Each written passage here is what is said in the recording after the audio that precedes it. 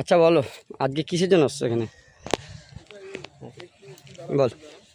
আজকে আমরা একটা জায়গা বিষয়ে এসেছিলাম, যেটা আমার বাবার প্রকৃত জায়গা ছিল। আজকে এটার হিন্দু সুরক্ষা কমিটির পক্ষ থেকে সেই জায়গাটা দখলমুক্ত করলাম। ঠিক আছে, আমি জায়গাটা পেয়ে গেছি আপাতত এখন হিন্দু সুরক্ষা কমিটির পক্ষ থেকে। তারা আমাকে ভালোভাবে হেল্প করেছে। যে জায়গার প্রকৃত করে খাচ্ছিল তাকে জানিয়ে এই কাজটা করা হয়েছে। সে আপাতত এখানে উপস্থিত নেই।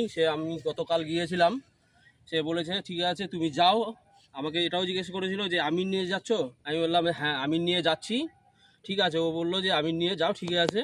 কিন্তু ও বললো যে আমার কোর্ট করে খাচ্ছিল সে যাবে, সে উপস্থিত ছিল, তাকেও জিজ্ঞাসা করা হয়েছে, তার কোনো বক্তব্যে কোনো অসম্মতি নেই।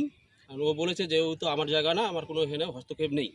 ঠিক আছে, অতএব মালিককে আমি জানিয়ে আসছি, আমার জায়গায় আমি ফিরে পেলাম। আজকে এই কাজ সম্পূর্ণ হলো। তাহলে তুমি খুশি হিন্দু সুরক্ষা সমিতির কাছ থেকে? এমনিভাবে যাতে সবাই জায়গা ফিরে পায়, নিজের নিজের জায়গা। অবশ্যই হিন্দু সুরক্ষা সমিতি সবসময় যাতে সঙ্গে থাকে, সবার সঙ্গে থাকে, হিন্দুদের পাশে থাকবে। জয় শ্রীরাম।